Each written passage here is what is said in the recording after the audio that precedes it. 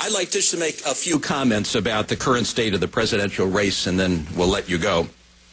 Now, as candidates for our party's nomination, our common goal is to restore bold and principled leadership to the White House. Leadership that will reignite our economy and renew the American spirit.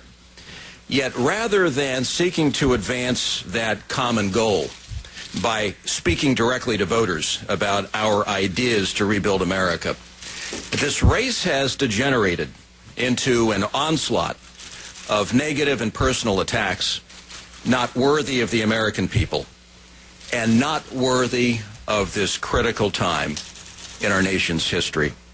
This is the most important election of our lifetime. This country desperately needs to begin a journey that will allow us to courageously tackle our two most urgent deficits. One is an economic deficit. The other is a trust deficit. Only bold ideas will get us to where we need to be. And this campaign needs to be driven by those ideas. At its core, the Republican Party is a party of ideas.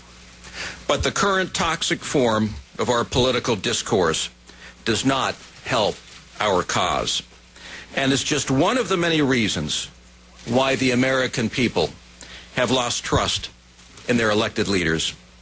Today, I call on each campaign to cease attacking each other and instead talk directly to the American people about how our conservative ideas will create jobs, reduce our nation's debt, stabilize energy prices, and provide a brighter future for our children and our grandchildren. Let's invest our time and resources in building trust with the American people and uniting them around a common purpose. 3 years ago, the president promised to unite the American people. Yet his desire to engage in class warfare for political gain has left us more divided than ever. This divisiveness is corrosive and does not advance America's interests. This nation was built on unity and trust. Trust in each other. Trust in a revolution that gave birth to the freest and most prosperous nation the world has ever known. Trust in our system of government. That sense of unity and trust has sustained us through world wars and national tragedies. Now we need it to sustain us during this hour of need. Ultimately, this election is about more than the future of one campaign or one party. It is about the future of our nation. And for our nation to move forward together with new leadership and unity, the Republican Party must first unite. We entered this race just 6 months ago with the longest of long shots. My candidacy was staked on the simple principle of country first, and driven by a refusal to pass down to the next generation a country that is less powerful, less prosperous, and less competitive than the one we inherited. Today, I am suspending my campaign for the presidency. I believe it is now time for our party to unite around the candidate best equipped to defeat Barack Obama.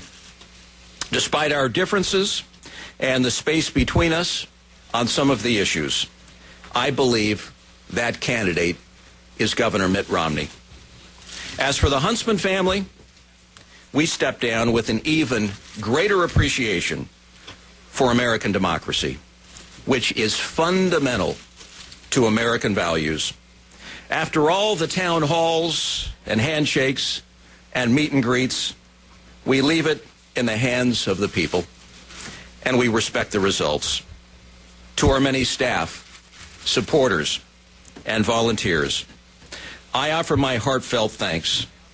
Today, our campaign for the presidency ends, but our campaign to build a better and more trustworthy America continues. We will continue to fight for a flatter, simpler tax code that helps unleash opportunity rather than stifle it. For an energy policy that ends the scourge of our addiction to foreign oil. For congressional term limits. For education reform that prepares our kids for the realities of the 21st century. For financial reform that breaks up too big to fail banks and protects taxpayers from future bailouts. And we will continue fighting to bring home our brave men and women from Afghanistan and stop nation building overseas and start rebuilding our own nation. For Mary Kay and our family, these last 6 months have been an incredible and awe-inspiring journey. I have seen the very best of America. I've seen it in the spirit of our entrepreneurs, whose innovations continue to inspire and better the world. I've seen it in the courage of our veterans, who I've met at VFW halls in communities all across this nation. I saw it in China, 10,000 miles away, meeting with dissidents who had been tortured and beaten, but who drew strength from our nation's values, our openness, our freedoms, our commitment to human rights. Halfway around the world, they could still see America's light. That is the power America still projects. And I will never stop fighting for her and fighting to ensure that America's light shines bright for generations and generations to come. Because in the end, we must all come together as Americans and must be reminded that the fight to preserve and enhance life, liberty, and happiness is what really sets us apart in this world and is worth our tireless efforts as citizens of this most extraordinary nation. Thank you, and may God bless America. Thank you. Thank you.